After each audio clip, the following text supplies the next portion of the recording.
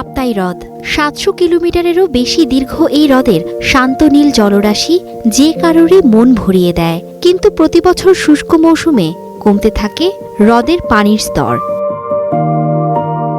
হ্রদের তলদেশে জমেছে দীর্ঘদিনের পলি, সংকীর্ণ হয়ে পড়েছে নৌপথ। যাত্রীবাহী লঞ্চ চলাচলে তৈরি হয়েছে সমস্যা। এতে রাঙামাটি জেলার সাথে বিভিন্ন উপজেলার নৌ চলাচলে তৈরি হচ্ছে বাধা।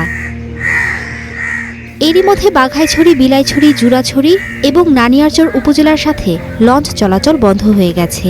ছোট ছোট ইঞ্জিন চালিত নৌকায় যেতে হচ্ছে গন্তব্যে। এতে খরচ ও সময় দুটোই বেড়েছে।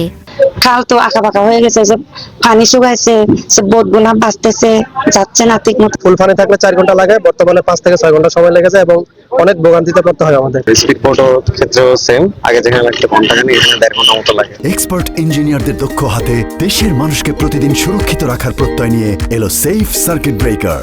গ্রীষ্মের ফলের মৌসুমে পাহাড়ি গ্রামগুলো থেকে ছোট মাঝারি বোটেও মৌসুমি ফল আনতে বেগ পেতে হয় কৃষক ও ব্যবসায়ীদের। বোট আটকে গেলে সময় মতো আমরা আসতে পারি না, তার মালগুলো ঠিক মতো বেচতে পারি না। বড় বোটগুলো যেগুলো আছে ওগুলো ঠিক মতো আসতেই পারে না।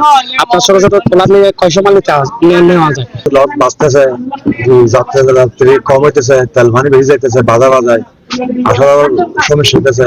সমস্যা সমাধানে হ্রদের পলি সরিয়ে নেওয়ার দাবি জানিয়েছেন ভুক্তভোগীরা। সরকারের কাছে আকুল আবেদন জানাচ্ছি যে আমাদের এই নদীর খননগুলো যেমন ক্লিয়ার হয়ে যায়, মানে একটু খনন করে যে আমাদের লঞ্চগুলো চলাচলের জন্য সুব্যবস্থা করা। পানি সম্পদ মন্ত্রণালয় শীঘ্রই সমস্যা সমাধান করবে বলে জানান জেলা প্রশাসক। এদিকটাতে আসলে জেলা প্রশাসনের পক্ষ থেকে কিছু করার নেই, তবে ইতোমধ্যে পানি সম্পদ মন্ত্রণালয় বেশ কিছু কার্যক্রম গ্রহণ করেছে। তারা হয়তো খুব শীঘ্রই এগুলো বাস্তবায়নের মাধ্যমে এই সমস্যাগুলো সমাধান করবে। পানি কমে যাওয়ায় যোগাযোগ বিচ্ছিন্ন হয়ে পড়েছে 5 উপজেলার প্রায় 3 লাখ মানুষ। Desk report, star news.